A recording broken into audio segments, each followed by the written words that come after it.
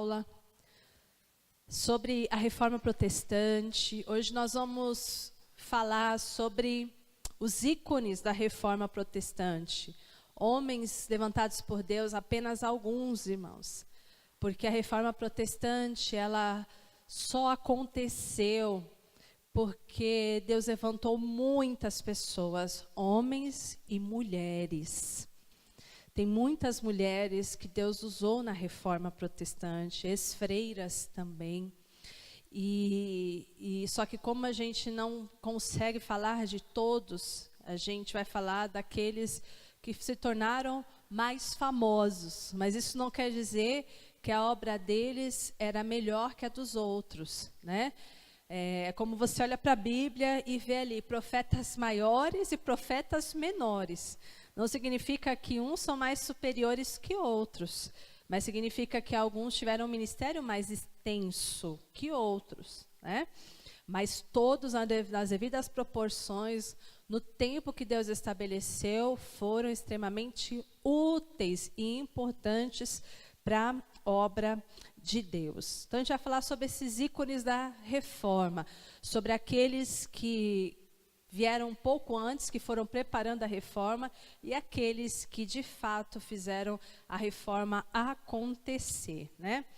A gente vai ficar com um texto base. Eu escolhi Ezequiel, capítulo 33, verso 7.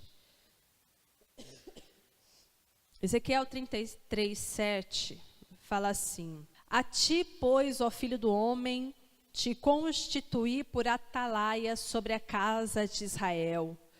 Tu, pois, ouvirás a palavra da minha boca e lhe a anunciarás da minha parte. O profeta Ezequiel, ele é alguém que Deus levanta e que ele vai pregar para os cativos da Babilônia. Ezequiel e Daniel são dois homens de Deus que são levantados no mesmo tempo, né, na mesma era. Então Deus usava Daniel para pregar para reis dentro dos palácios. Os dois eram escravos, né? A gente nunca pode esquecer disso. Daniel viveu nos palácios, mas ele era um escravo. E o serviço que ele prestava era diretamente para reis, para autoridades. Ele mesmo se tornou uma autoridade. Mas ele pregava ali a palavra de Deus, era um instrumento do Senhor para, muitas vezes, falar diretamente com os reis. Algumas horas para trazer interpretação de sonho, outras horas para trazer juízo mesmo. Enquanto que Ezequiel é alguém levantado para pregar aos cativos da Babilônia. E a gente vê muito isso em todo o livro, ele anunciando a verdade de Deus, não importasse a situação. O Ezequiel, a primeira vez que eu li o livro, eu fiquei assim um pouco chocada com a forma como Deus usava aquele homem. Eu não entendia muito bem, eu era recém-convertida, então eu fiquei assim, até um pouco assustada e pedindo para Deus, né? Nunca me use como o Senhor usou Ezequiel. Porque, assim, parece que ele era colocado ao vexame. Então, Deus falava para ele fazer umas coisas muito inusitadas, né? Então, pregue, escreva essa mensagem em tábua, para que, se a pessoa passar correndo, leia. Então, Deus manda ele fazer tabuinha com mensagem. Deus manda ele fazer maquete, né, para tipificar a mensagem. Tomar algumas atitudes um pouco estranhas. Mas, assim, uma coisa que me chamou muita atenção é que, como ele estava pregando para os exilados, para os escravos, e muito daquela geração estava ali, escrava, como consequência dos seus pecados. Poucos eram os inocentes ali no meio daquela nação toda. Poucos, muito poucos. Então a grande maioria ali estava ali que merecia mesmo. Então, a palavra que ele trazia era uma palavra, sim, de juízo. Depois vai ser uma palavra de esperança. Mas é uma palavra confrontadora, que não é gostosa de ouvir, mas que é necessária ouvir. E o que me chama a atenção é que, em um determinado momento do ministério de Ezequiel, ele perde a esposa dele. A esposa dele morre. E Deus ordena para ele para que ele nem chore. Então, ele não teve direito de, sim, lutar, porque era uma forma, Deus usando a vida de Ezequiel, o sofrimento legítimo de Ezequiel, também para mostrar para a nação o sofrimento dele, de Deus diante de Israel, sabe? Então, o Ezequiel é um atalaia, é um pregador da verdade, não importa a circunstância. Não importa se as pessoas vão ouvir ou não, porque Deus mesmo fala para ele, olha, é um povo duro, é um povo rebelde, mas eu estou colocando as minhas palavras na sua boca para você pregar. Se você não pregar, e eles não se converterem porque você não pregou, eu vou requerer o sangue de você. Agora, se você pregar e eles não ouvirem, o sangue está sobre eles. Então, várias vezes, Deus falando isso para ele. E chega aqui, já quase no fim do livro, né, Ezequiel 33, ele está falando, parece que Deus ainda está reafirmando isso para ele. A ti, pois, filho do homem, te constituí atalaia sobre a casa de Israel. O que é um atalaia? O que é um sentinela? É aquele que fica numa posição, vamos dizer, privilegiada, para ver os perigos e avisar dos perigos. Um atalaia não pode dormir no ponto. Ele tem que avisar. E é assim, tipo assim, mas eu não gosto de ser mensageiro de má notícia. Poxa, eu não gosto de chegar, estou lá no muro e vejo um exército que enche a terra. Eu não quero passar essa notícia, não interessa. Tem que falar, tem que passar, para ver se o povo toma uma decisão para não morrer, para não se perder. Então, depois como atalaia sobre a casa de Israel, tu ouvirás a palavra da minha boca e vai anunciar da minha parte. Precisa ser feito o trabalho difícil, Ezequiel. Então, esses reformadores e pré-reformadores aqui vão fazer trabalho difícil, muito difícil, porque a atitude que eles têm é uma atitude de confronto, de denúncia. Isso não é gostoso de fazer. Isso não é fácil de fazer, mas é necessário fazer. Então, a reforma protestante, gente, a gente vai ver daqui para frente, ela vai mudar a sociedade, ela vai transtornar o mundo para melhor, graças a Deus. Ela vai deixar um legado. Ela é um grande divisor de águas. Ela deixou marcas, assim, tremendas na caminhada da igreja. A igreja é uma antes da reforma e uma depois da reforma protestante. Por mais que a gente vai falar aqui de meia dúzia de pessoas que se destacaram na reforma, a honra não é deles. É isso que eu quero que você entenda. A reforma protestante é uma coisa que aconteceu, um evento que aconteceu porque era necessário para a igreja. E Deus preparou isso e Deus fez ela acontecer. Então, ninguém pode reivindicar essa reforma para si. Como assim, Martinho Lutero apenas. Não foi, você vai ver hoje, começar a ver hoje, que não foi só ele. Teve gente antes que morreu. Entendeu? Que deu a vida. Teve gente que está com ele, com o Martinho Lutero. Tem gente que vai vir depois. Então, já para a gente começar a compreender que ninguém pode trazer para si nenhuma glória, porque somente a Deus toda a glória. Tá? Mas a gente vai aprender com essas pessoas aqui a como ser pessoas que se renunciam e que abraçam a obra de Deus. O que aconteceu? A reforma aconteceu por obra do Espírito Santo. E porque o Espírito Santo usou várias pessoas. É o Espírito Santo que capacita com unção, com poder, com oportunidade. É Ele que faz. Ele usa as pessoas, levanta as pessoas e faz com que elas se conheçam, se juntem e a obra acontece aí. Então, a gente vai falar sobre esses homens extraordinários aqui, que Deus usou. Começando pelo primeiro, chamado o John Wycliffe. Conseguem enxergar, irmãos, o que está escrito? Oh, glória, está todo mundo muito bom de visão, graças a Deus. O John, ele era um inglês, ele foi aluno da Universidade de Oxford. Essa universidade, eu estava pensando, né? A reforma protestante, ela vai fazer uma transformação, uma revolução na educação, né? Só que não foi por causa da reforma protestante que as universidades foram criadas, não, elas existiram, elas já eram até bem antigas. Essa aqui, por exemplo, inglesa, foi fundada em 1080, no ano de 1080. Então, o John, ele estudou lá, ele se torna um professor de Oxford e ele é um dos precursores da reforma protestante. Ele vai vir aqui porque ele nasceu, em 1324, ele morre com 60 anos. 1384, a reforma protestante vai acontecer em 1517. Então, Deus já está movendo as coisas, Deus já está colocando um fogo no coração daquelas pessoas que temem a Ele, já começando com esse irmão 200 anos antes, né?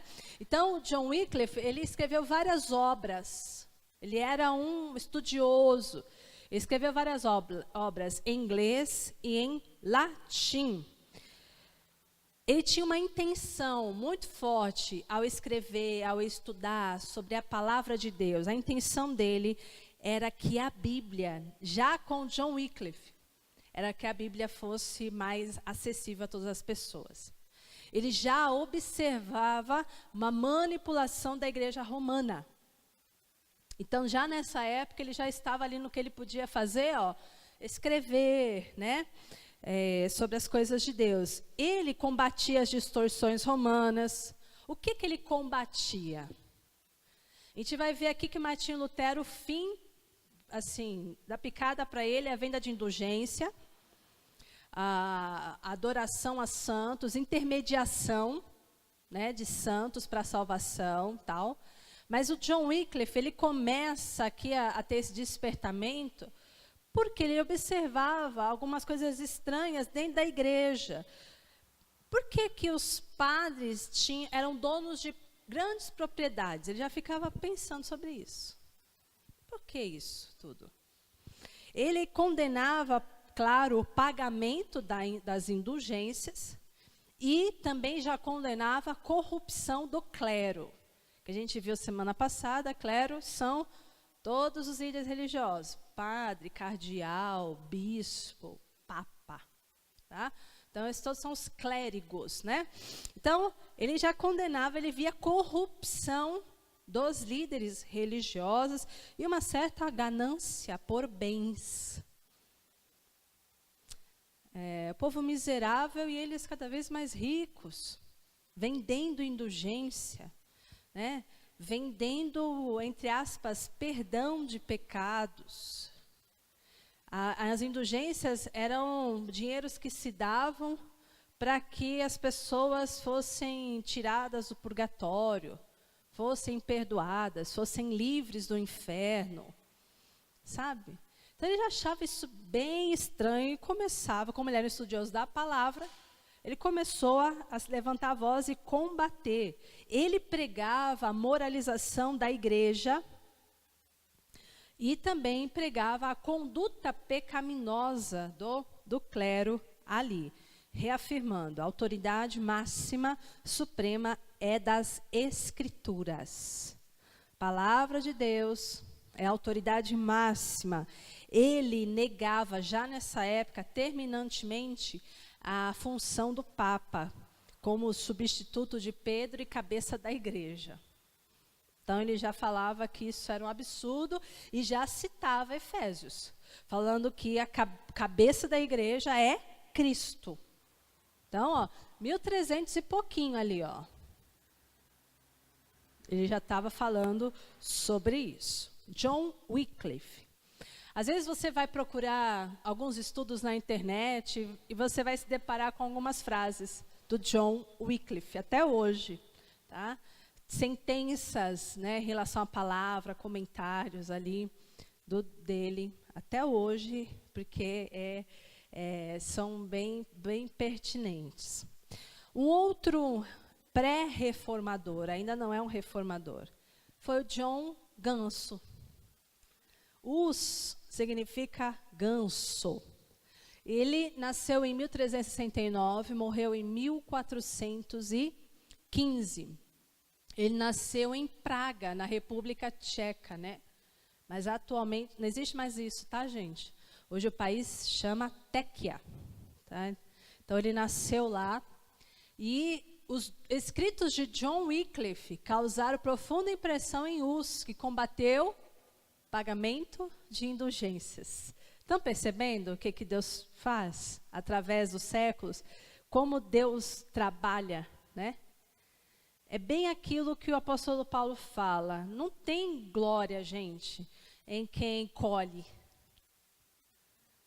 Porque tem um que semeia, tem outro que rega, e Deus dá crescimento.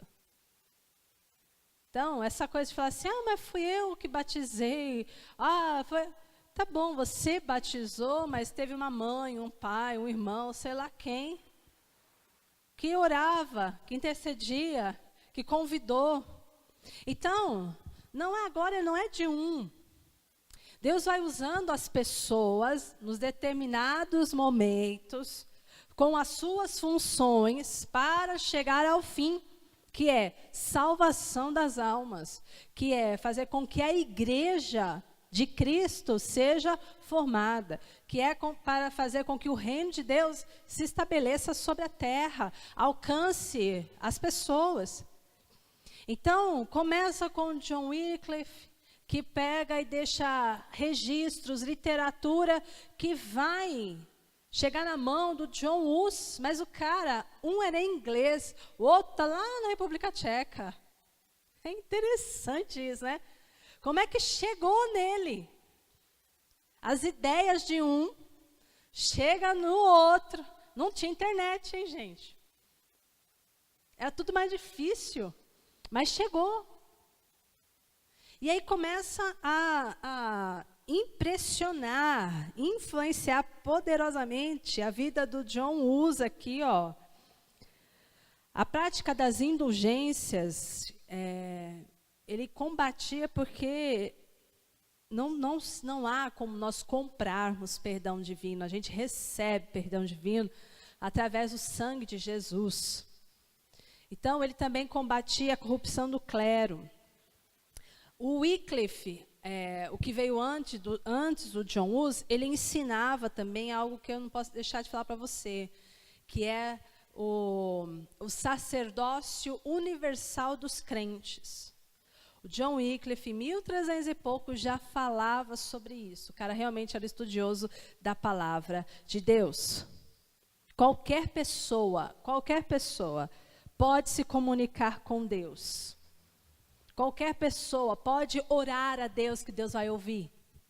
Há esse sacerdócio. Através de Jesus Cristo, o véu se rasgou e agora, se temos fé em Cristo, somos salvos por Ele, qualquer um que crê pode orar, pode se chegar com confiança diante do trono da graça. O John Wycliffe já falava sobre isso. John Hus creu também e começou a propagar essa verdade também. Só que a igreja romana, ela não gostava de ser contrariada, ela não admitia contrariedades. Então, qualquer um que falasse contra a prática deles era considerado herege. Por causa disso, era excomungado da igreja e condenado à morte. O John Hus foi condenado à morte.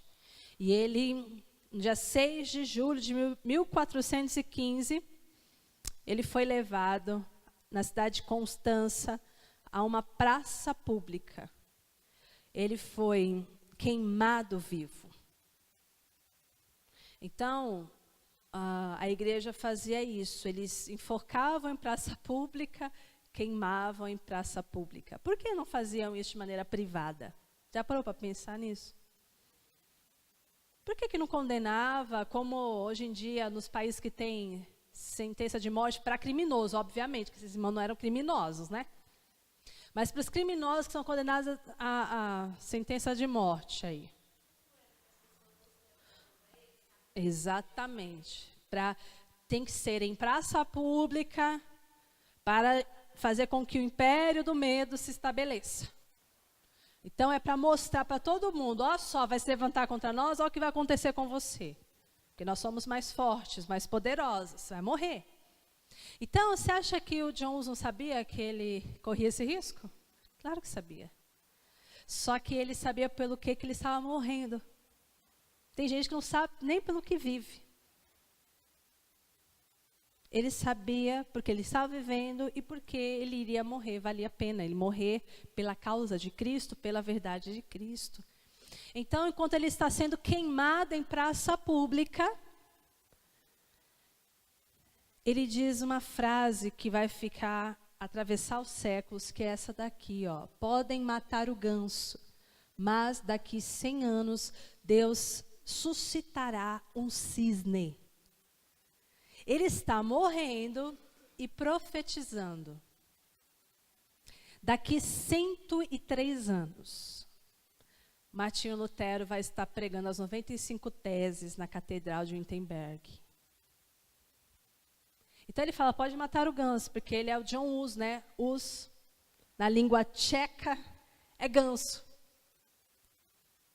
Pode matar, mas Deus vai levantar um cisne daqui 100 anos. E aconteceu, gente. Pré-reformadores. Nós temos mais um italiano agora. Girolamo Savonarola. Ele era um italiano que tinha posses, desistiu de estudar medicina para se dedicar à vida religiosa. E ele começou a trabalhar na cidade de Florença. Ele nasceu numa cidade chamada Ferrara. Então, se você um dia for para a Itália, eu gosto de falar as cidades que de repente você quer conhecer. Onde nasceu esse irmão aqui, ó? Girolamo Savonarola. Onde nasceu? Em Ferrara. Vou conhecer Ferrara, vou conhecer Florença, se você quiser ir lá conhecer, entendeu? Então, ele desistiu da medicina para se dedicar à vida religiosa. Ele vai, claro, também atacar, denunciar a corrupção do clero, vai denunciar a venda das indulgências como um grande absurdo, mas ele também vai falar, não reconhece essa autoridade máxima do Papa como substituto de Pedro, na verdade, até como uma encarnação do Espírito Santo, viu, gente? O negócio é grave. Então, ele ataca o mau caráter e os demandos do Papa Alexandre VI. O Papa Alexandre VI estava ali no mandato dele, e ele atacando o mau caratismo do Papa. O cara é corajoso, né? Ou louco, né? Para alguns vão chamar de louco. Não, ele era corajoso. Um João Batista mesmo, né? Ele se tornou um defensor assim, intrépido das ideias reformistas. Ele era considerado, quando você olhar assim, Girolamo Savonarola, ele era um profeta da época dele. Então, ele vinha sem medo, denunciando o pecado. E ele também ficou conhecido por ser um radical. Ele queimou vários volumes de literaturas valiosas, ele queimou grandes obras de arte.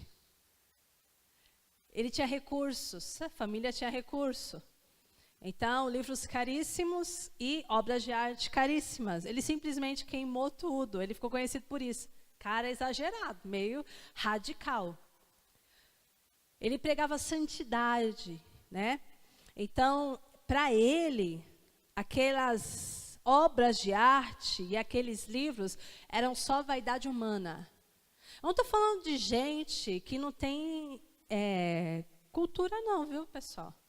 Porque às vezes o pessoal acha que para ser radical, meio fanático, é gente bobinha que não sabe das coisas, que não sabe apreciar a arte, né? Que não sabe apreciar o melhor. Estou falando de gente, sim, estou falando de gente que, porque muito sabia, porque muito entendia, tinha discernimento daquilo ali era pura vaidade humana e até imoral, humana e imoral. Irmãos, teve uma época, quando a minha filha era menor, que eu estudei muito sobre mensagem subliminar. Então, eu tinha muito receio de trazer para casa desenhos, DVDs, sabe? Até brinquedos para a Ana, que tivessem uma conotação subliminar, sabe? Porque falar da boneca da Xuxa que fica endemoniada à noite. Porque o fofão, se você abrir, tem uma faca e um negócio da magia negra dentro dele, sabe? Então, tinha muito dessas coisas. DVD da Disney, as histórias, as mensagens subliminares. Então, eu comecei a estudar muito sobre isso. E o que eu descobri é que não tem mensagem subliminar só em filme, em histórias. Porque se você, de verdade, irmãos, não é fazendo doutrina do medo para você, mas se você for, de verdade, ver as histórias da Disney, não tem nada a ver com os contos de Grimm mesmo. Os contos que vieram lá dos celtas, não sei quantos mil anos, Branca de Neve, Cinderela, o negócio é escabroso. Aquelas meninas ali eram abusadas, era a violência doméstica em casa, o príncipe parecia, era assim, na verdade a história era essa, era um príncipe quando casava virava sapo. Então, a história de Barba Azul, não sei se você lembra, que era o cara que matava as mulheres, era nesse nível aí para pior. Só que aí, como é que vamos contar essas histórias para as crianças? Vamos fazer ficar diferente. Vamos fazer a Cinderela ser diferente. Então, tudo foi mudado. Só que assim, não tem mensagem subliminar só em filme, não tem mensagem subliminar só em música, tem em obras de arte também.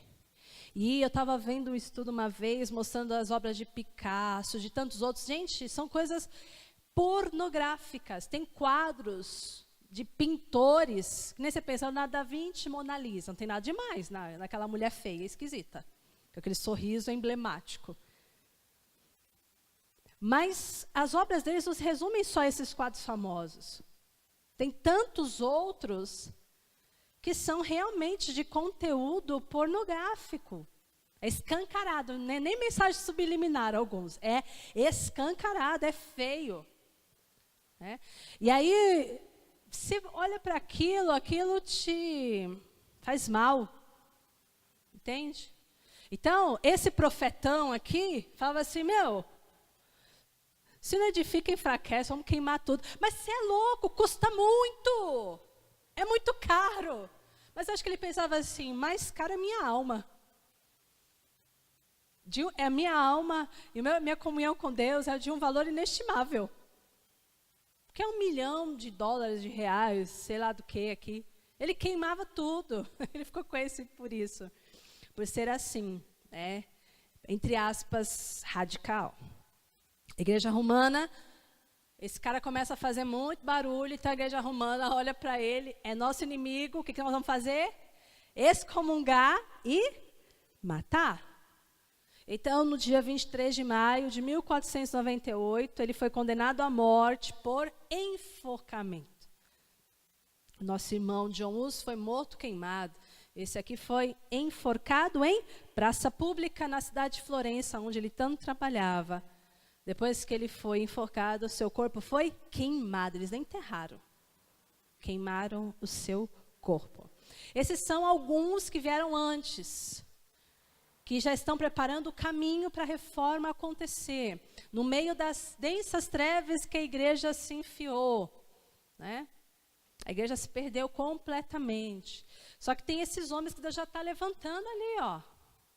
Para quê? Para destruir a igreja de Roma? Não. Para denunciar o pecado, para que a igreja de Roma, para que o clero pudesse se arrepender. Só que não é bem isso que vai acontecer. Eles não vão se arrepender. Então, os anos vão passando, os séculos vão passando, chega a época aqui do Martinho Lutero. O Martinho Lutero era um alemão, ele estudou na Universidade de Erfurt, ele se graduou em artes, que engraçado, né? Ele era um artista, se graduou em artes, ele fez mestrado em artes, só que ele também foi estudar teologia.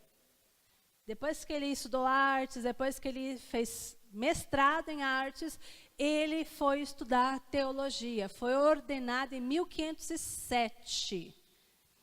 A partir de um exame diligente da palavra de Deus, ele foi descortinado em sua mente o entendimento de que salvação provém da fé, sem a necessidade de qualquer exigência ou intermediação. Martinho Lutero. O tema, a base da reforma protestante é Romanos 1,17. É a partir daí que toda a reforma protestante vai se consolidar, que está escrito: mas Deus, nele se descobre a justiça de Deus de fé em fé, como está escrito, o justo viverá da fé. Lutero, ao começar a estudar cada vez mais a palavra de Deus, ele passou a entender a comunhão com Deus como algo possível a qualquer pessoa que o buscasse com sinceridade, devoção, mas que fosse uma busca motivada por fé em Cristo, por fé em Jesus, nosso único e suficiente Salvador. Tem muitos livros que foram já escritos sobre Lutero, filme, né? Se você nunca assistiu o filme de Lutero, seria interessante, bem interessante você assistir, porque tem ali alguns detalhes, né, que podem te ajudar a entender ainda mais quem foi ele, e até para você se identificar. Mas esse homem, pelo que a gente vê na biografia, o que ele mesmo fala, né? Nos livros que ele mesmo escreveu, ele fala que ele era uma pessoa sem paz. Então, ele tinha uma família muito rígida, onde era cobrado muito dele. E ele se cobrava muito, como homem, mas também como um pecador. Então, ele não tinha, ele procurava paz com Deus. Então, ele procurava fazer tudo certo. Só que nós somos pecadores e a gente não consegue, mesmo que queira, fazer tudo certo. Então, diz a história que ele se confessava 5 vezes por dia. Aí depois que se confessava e recebia a penitência e cumpria a penitência, ele já lembrava, ele ficava desesperado porque ele tinha esquecido, por exemplo, de confessar um pecado. Aí vamos confessar de novo. Então ele ficava assim, nesse desespero e medo do inferno. Então ele vai procurar na teologia as respostas. Só que ele não vai encontrar na teologia a salvação. Somente quando ele se defrontar com o Espírito de Cristo na palavra. E aí vai se descortinar sobre ele, é fé, não é obra humana, não é teu esforço, não é tua santidade. É a fé em mim, você recebe salvação. Então a busca de Martinho Lutero era muito incessante para ele ser salvo. Né? Era uma angústia que ele tinha no coração dele. Então, a partir daí, ele vai começar a buscar cada vez mais a Deus e começar a escrever o que é chamado as 95 teses afixadas pela porta de fora da Catedral de Wittenberg, para que todos pudessem ter acesso. Lá na Alemanha, Lutero desafiou a doutrina da infalibilidade papal, apontou as Escrituras Sagradas, não a tradição da igreja, como única fonte confiável da verdade revelada por Deus. Irmãos, eu vi esses dias na internet, falei, olha que interessante, já que a gente está falando da Reforma Protestante, chegou esse vídeo aí para mim, de um padre falando que quem é verdadeiro católico deve ser católico de corpo inteiro. Quando um católico se coloca acima da igreja para julgá-la, já deixou de ser católico. E quando um católico diz, eu vou pegar a Bíblia para ver o que a igreja está dizendo, ele também já virou protestante. Aqui está o erro dos protestantes. Colocam a Bíblia acima da igreja. Isso é bobagem pura, porque a Bíblia nasceu na igreja. A Bíblia é a expressão da fé da igreja. Santo Agostinho dizia, eu creio nas Escrituras porque a igreja me diz para crer nelas. Então a Bíblia é o livro da igreja.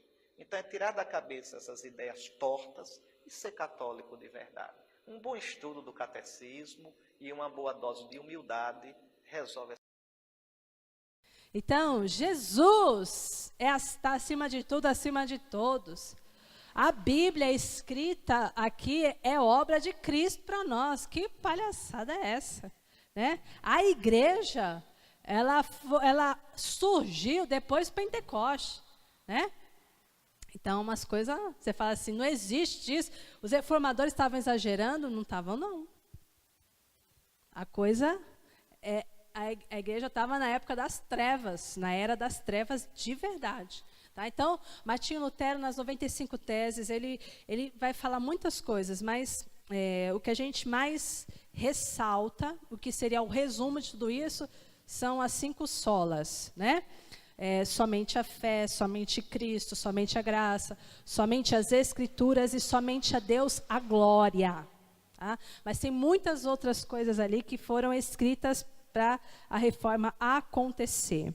Ele afixou na porta da Catedral de Wittenberg as 95 teses no dia 31 de outubro de 1517. Um dos seus maiores oponentes foi o vendedor de indulgências chamado Johann Tetzel. Esse era como, sei lá, como é que eu posso intitular este homem aqui? Porque ele era o grande promovedor, o grande marqueteiro das indulgências. Ele era o grande arrecadador das indulgências. Ele era o grande arrecadador e controlava tudo isso para enriquecer o clero. Então, ele percorria cidades, terras, e ele tinha uma frase de efeito para convencer os pobres fiéis. Olha o que ele falava aqui, ó. Para que as pessoas dessem as moedinhas, dessem o dinheiro ali para tirar a alma dos seus amados do purgatório. Ele falava assim: assim que uma moeda tilinta no cofre, ou seja, você ouve aquele barulhinho da moeda caindo ali, ó, uma alma sai do purgatório. Assim que uma moeda tilinta no cofre, uma alma sai do purgatório. Lutero recusou-se a apresentar qualquer retratação pelos seus ensinos veiculados em palestras, aulas e livros. Porque quando ele coloca lá as 95 teses, irmão, automaticamente veio uma escolta, ô Lutero, que palhaçada é essa que você está fazendo aí? Porque ele era um monge. Ele é da Igreja Católica. Que negócio é esse que você está fazendo? Eu vou te dar uma chance. Pode se retratar. Você vai rasgar teus livros, você vai queimar tudo, e você vai fazer um comunicado se retratando. Martinho Lutero não obedeceu isso. Não os retratou, não entregou os livros para serem queimados. Só que então ele virou um inimigo. O que vai acontecer com ele? Ele vai ter que agora viver escondido, ele vai ter que fugir. Aí ele começa a viver escondido por amigos durante muito tempo. Ele vai mudar de fisionomia. Tá vendo essa carinha aí dele? Por muito tempo ele andou barbudo, completamente diferente. Então, dependendo da classe que ele era, monge, agostiniano, dependendo do que ele era, tinha uma forma de se vestir, de se caracterizar. Então, alguns eram carequinhas e faziam uma auréola assim, entendeu? Eu não sei qual era o visual dele, mas ele vai mudar completamente até para ele se disfarçar. Vai viver muito tempo escondido para não ser morto, e é nesse tempo escondido que ele não vai ficar à toa, né? Não vai ficar ali sem fazer nada. Olha o que ele vai fazer: traduzir o Novo Testamento para o alemão. Ele vai traduzir o Novo Testamento, vai levar 1 ano para fazer isso. Depois ele vai traduzir o Antigo Testamento, vai escrever muitos livros, muita literatura, muitos comentários, né? E tem mais um reformador aqui. João Calvino.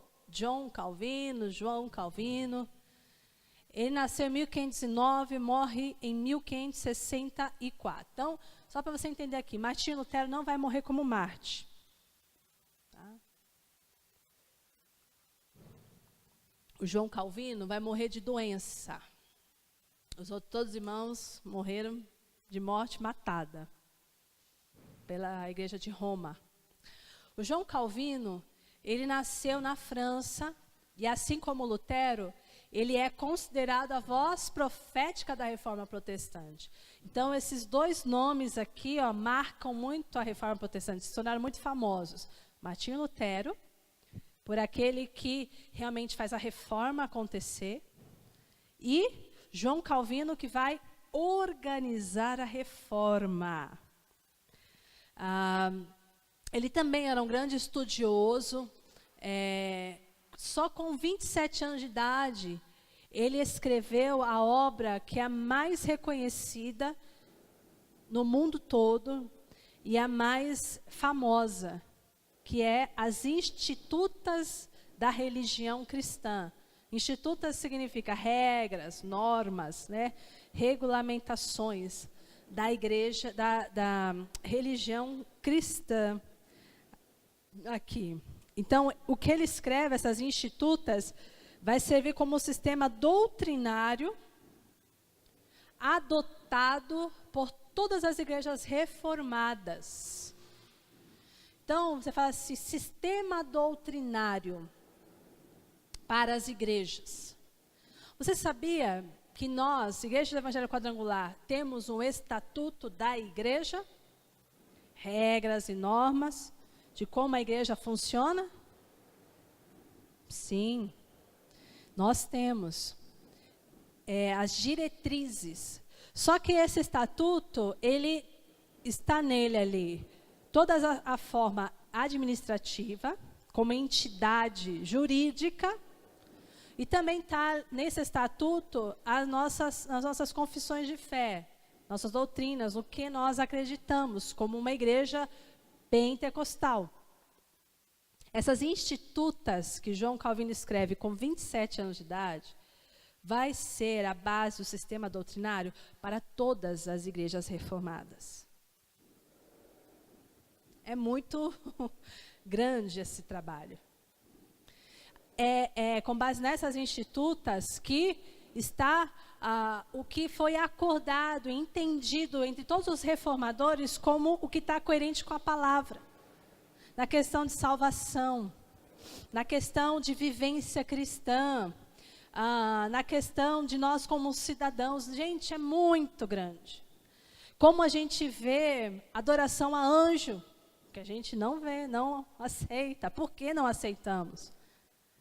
Por que não aceitamos adoração a imagem, a santo? Por quê? E tudo isso sendo refutado, essas práticas erradas, na Bíblia. Então, as institutas que ele escreve, nós só adoramos Jesus. Por quê? Aí tem artigos e artigos e incisos apontando para Cristo e sua obra e citação da palavra de Deus. Ele consegue escrever tudo isso, montar tudo isso, só com 27 anos de idade, mocinho.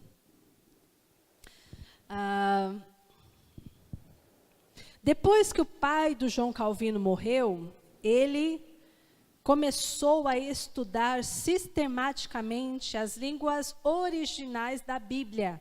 Quais são as duas línguas originais da palavra de Deus, irmãos? Hebraico, grego, né? Hebraico, algumas partes ali, aramaico, mas é hebraico e grego. Então, para interpretar corretamente o sentido de cada palavra, você imagina, os caras, por exemplo, Martinho Lutero, por exemplo, também era um erudito. Então, como eu vou traduzir o que está em hebraico ou em grego para o sentido certo de quem a língua é o alemão? Então, quanto mais você entender o sentido do que diz aquilo na língua original, menos risco de traduzir errado. Então, João Calvino começou a se embrenhar cada vez mais nesse estudo, até para fazer os grandes comentários dele. Né, os livros de comentários bíblicos do João Calvino também. Então, esse estudo das línguas originais serviu de base para a elaboração de abalizados comentários sobre os livros da Bíblia. Você vê, o irmão aqui, morreu em 1564, João Calvino. Nós estamos em 2018. Ninguém superou ele ainda nessa questão de comentário bíblico. De clareza, de ideia, de interpretação.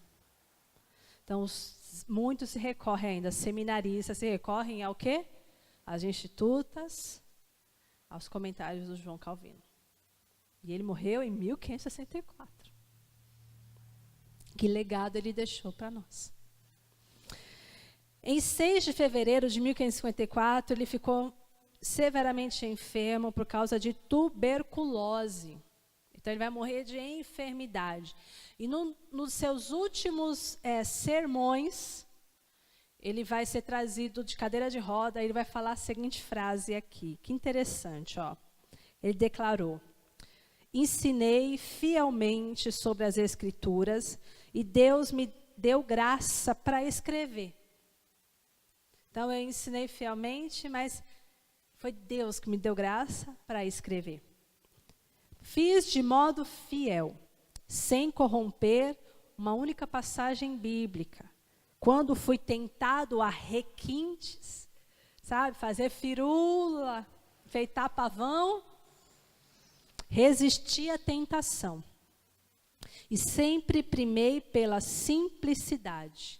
Sempre coloquei diante de mim a glória de Deus. Tem que Deus aparecer, não é?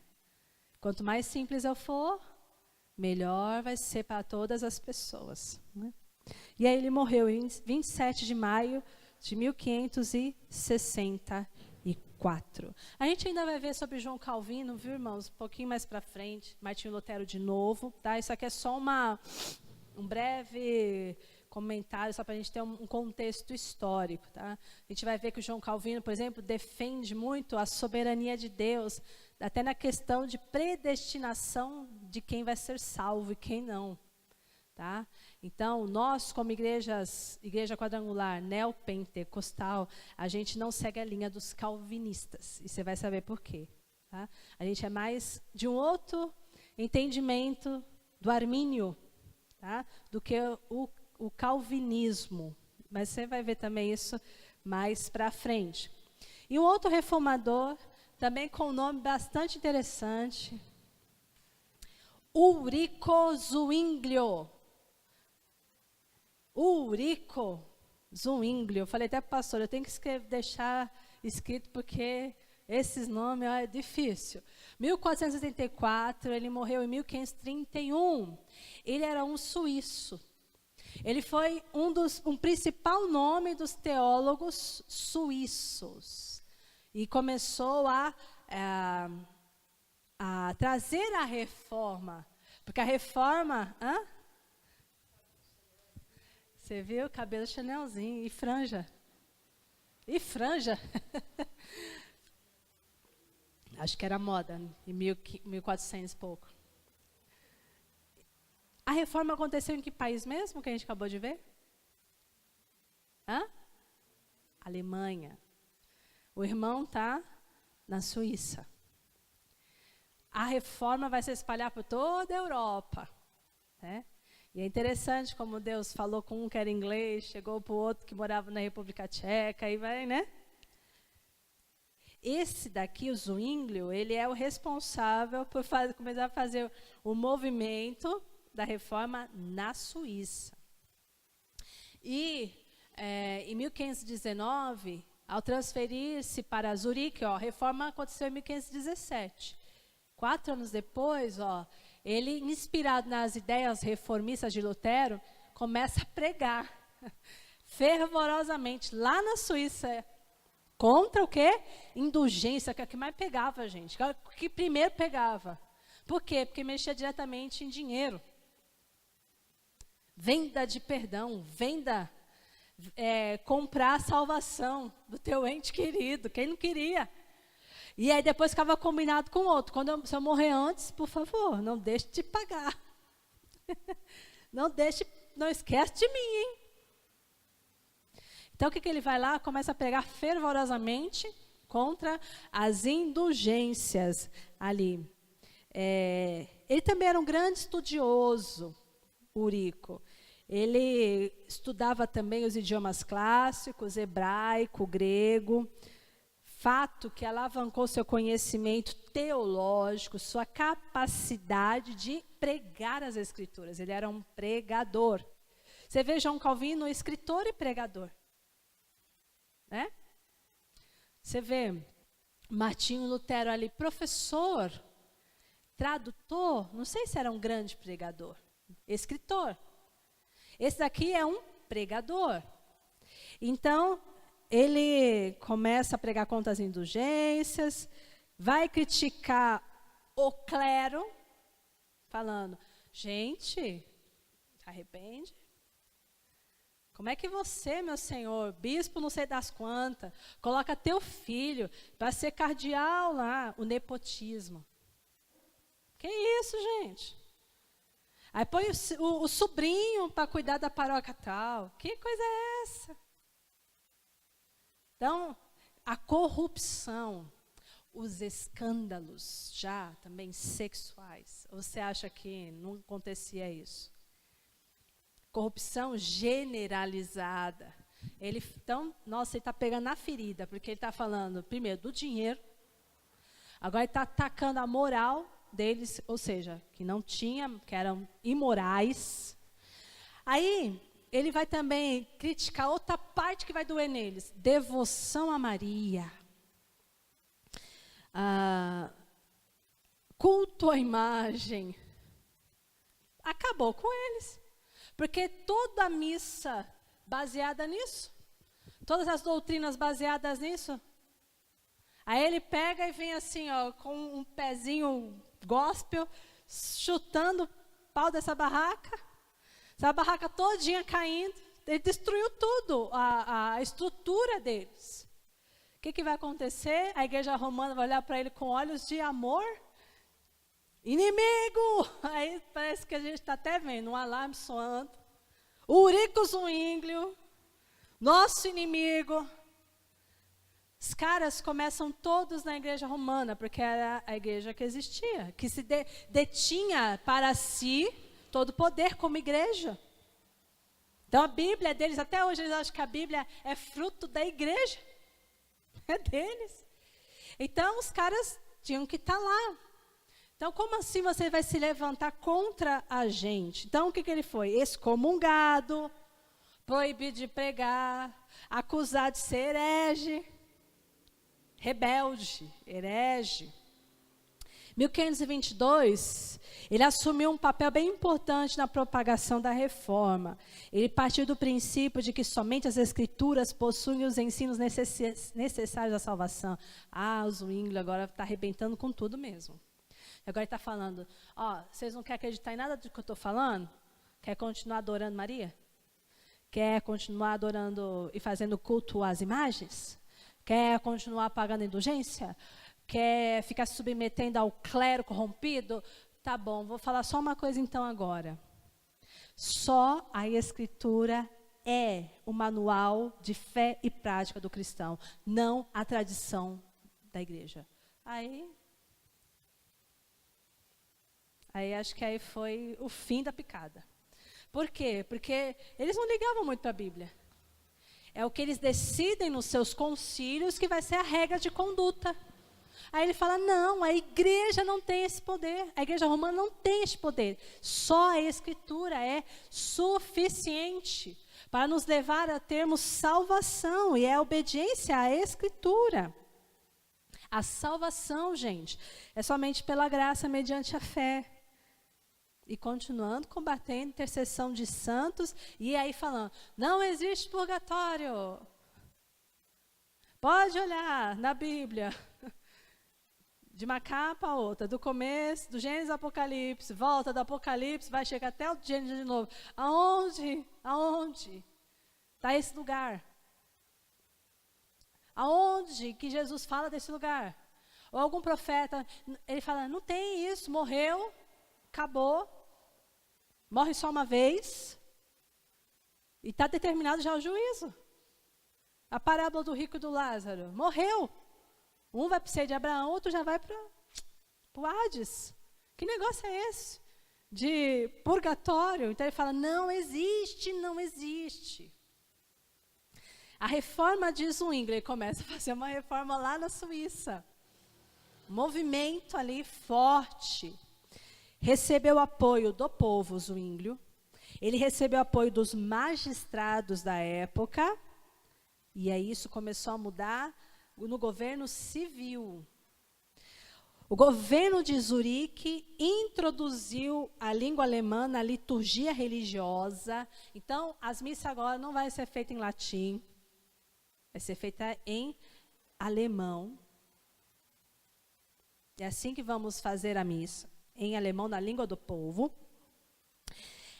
Aquela igreja anulou o celibato, porque também já falava que isso era errado.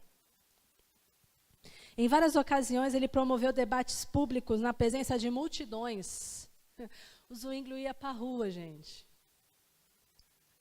Ele era meio louco santo, né? Um louco santo, né?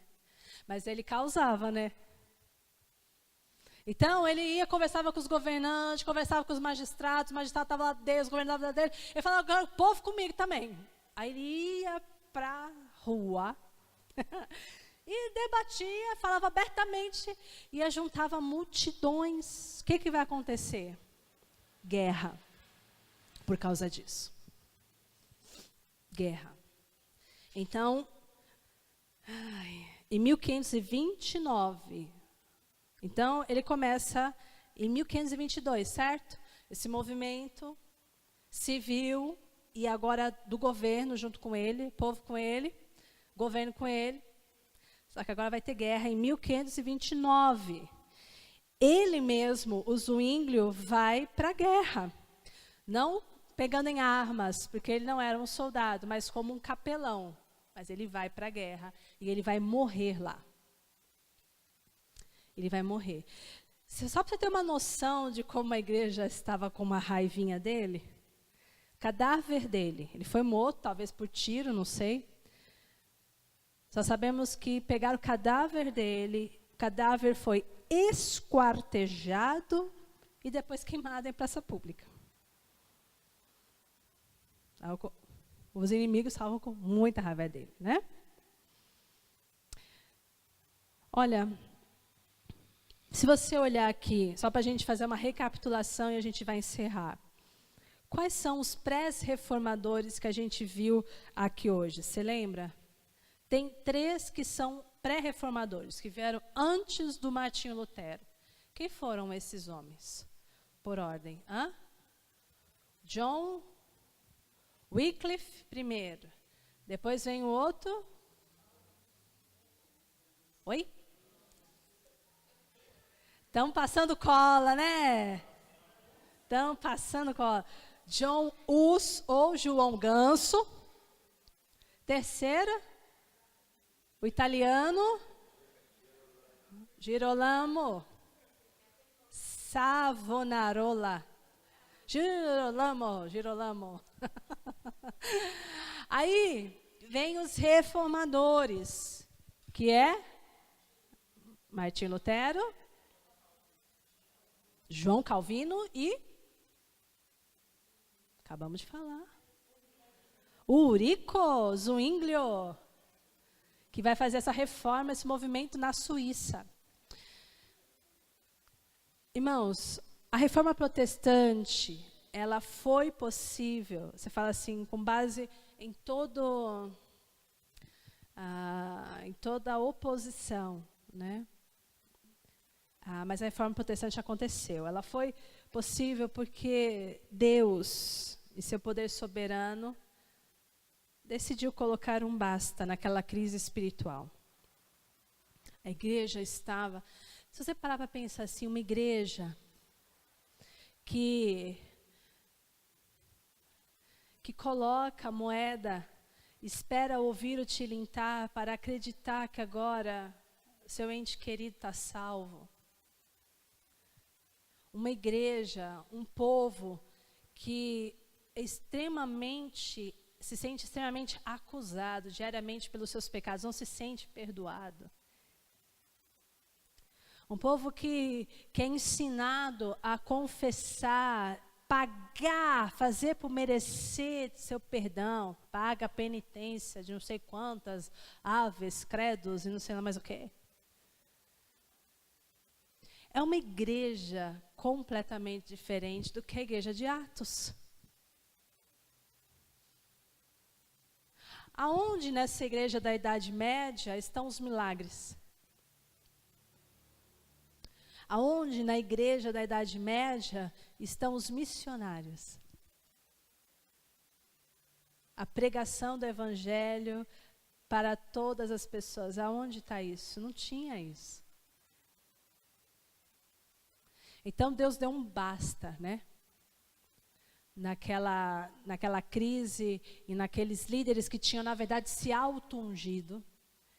Estavam olhando para aquele povo que são as ovelhas do Senhor e tirando lã, carne e acabando com cada uma ali.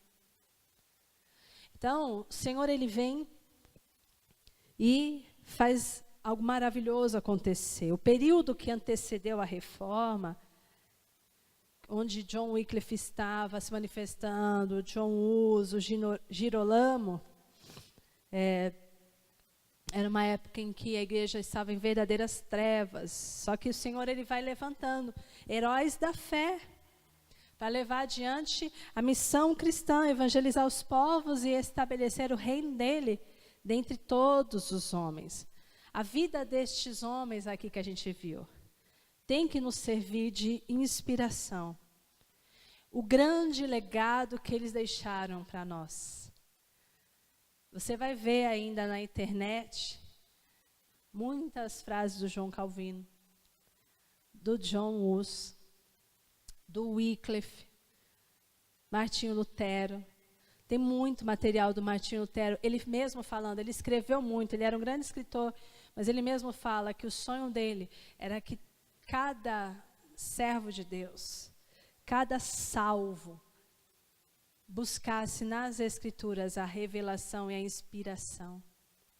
Que ele sonhava que um dia as pessoas não iam mais recorrer aos seus comentários, mas iam buscar a Deus e ouvir de Deus as revelações, receber de Deus as revelações. Ele falando. Então, esse pessoal deixou um legado para nós. para nos fazer entender, gente, que apesar de todos os perigos que a igreja enfrenta através dos séculos, não perigos apenas como esses, de serem mortos, de violência. Ah, você está vindo contra mim e tirar a vida dos servos de Deus. Não apenas esses perigos, mas os perigos de antes também, que levou a igreja a ir para o obscurantismo, que é as falsas doutrinas, sabe? As distorções da Bíblia. As pessoas vão distorcendo os falsos mestres e os falsos apóstolos, falsos pastores, vão distorcendo, a ponto de não ser mais nada. Não tem mais nenhuma verdade naquilo. Com pequenas distorções e pouco a pouco, sutilezas, daqui a pouco não é mais nada do que era a essência.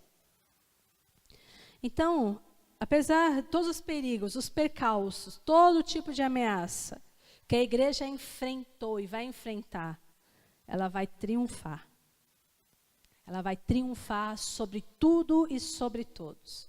Porque a igreja de Cristo, esse corpo de Cristo invisível, que está sendo formado, que é formado pelos salvos em Cristo de todas as épocas, contra esta igreja, irmãos, as portas do inferno jamais vão prevalecer. Não vão prevalecer.